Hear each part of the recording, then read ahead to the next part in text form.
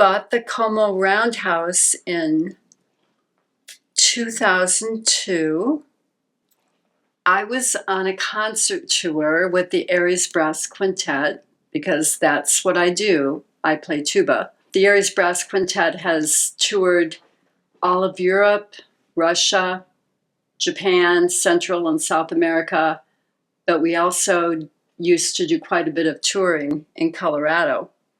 And we had a trip to Creede, Colorado, and Lake City. And on the way back of that concert tour, I said to the members of our quintet, we have to drive back via Highway 285 so you can all see this beautiful stone roundhouse that Chuck calls the Holy of Holies.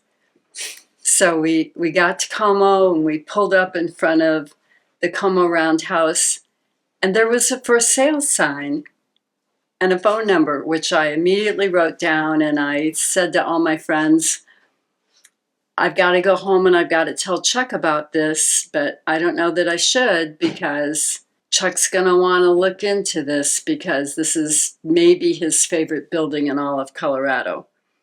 So when I got home, we called the number and did some investigation, and whoever we talked with said that there had been some interest in it, including Kmart, which was interested in possibly buying it as a place where they could park trucks.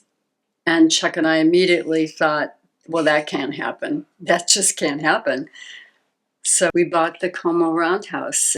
I'm a history nut. When I first saw the roundhouse, I recognized its importance. When trains went southwest out of Denver, they stopped in Como in preparation for the long, tough journey through the mountains. They traveled through striking mountain scenery and along cliffs on tracks which were themselves engineering marvels. The tracks up to the Alpine Tunnel were a monument to 19th century railroad construction. It was at a time when Chuck's practice as a vascular surgeon was really, really busy.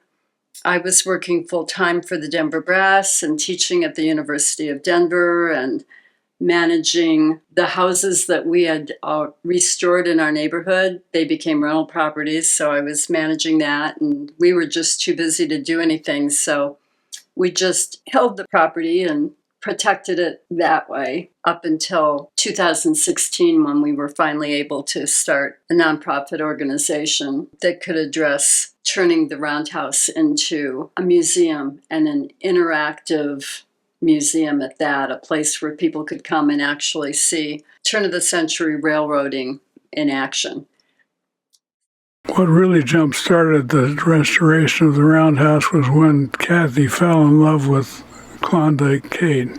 She originally worked for the Klondike mines in the Yukon and later played an important role in Alaska during World War II. She operated alongside several Colorado steam engines, both in Skagway, Alaska, and while working on the Alcan Highway.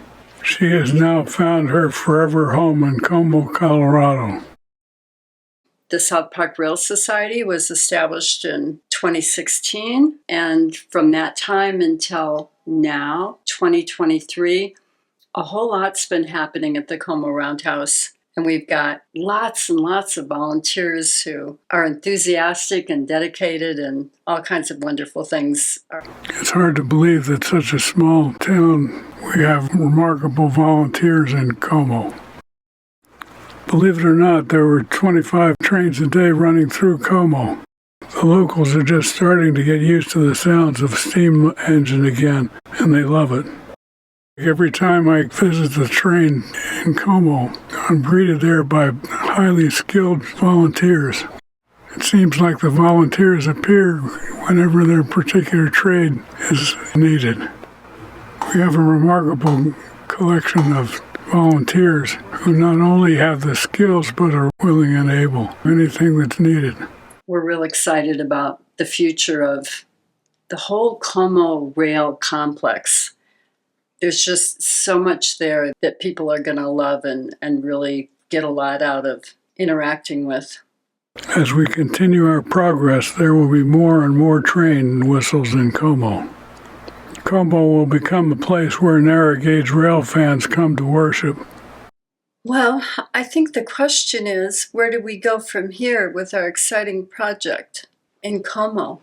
My next dream is to start meeting with county and state people or whoever we need to meet with to see if we can't take our track down to the trestle and up the other side of the valley to the King Y, because it would be so nice to look across that valley and see the train following its original track back towards Denver. We have the most amazing volunteers. We have volunteers with all kinds of different talents. We have all kinds of engineers and electricians and people like James McKay who have fabulous camera and video skills, people who are great at marketing and tour guides, people who order merchandise so that we have t-shirts and hats to sell. And of course, an income stream is critically important to what we're trying to accomplish in Como.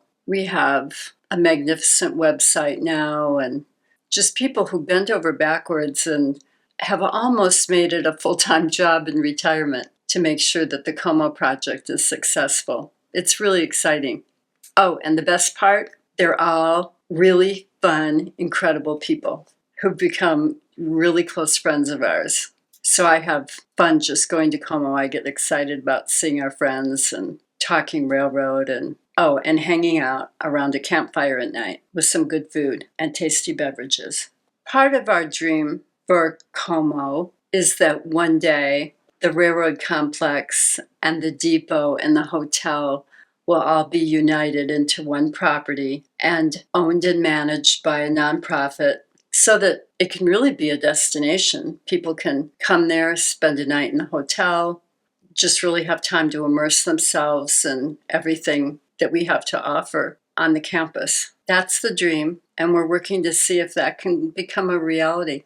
And of course, with all these people we have, all our volunteers, we've got people who can accomplish anything there. So there won't be any shortage of resources for rehabbing the hotel and maybe making sure that food would be great. A brew pub would be great.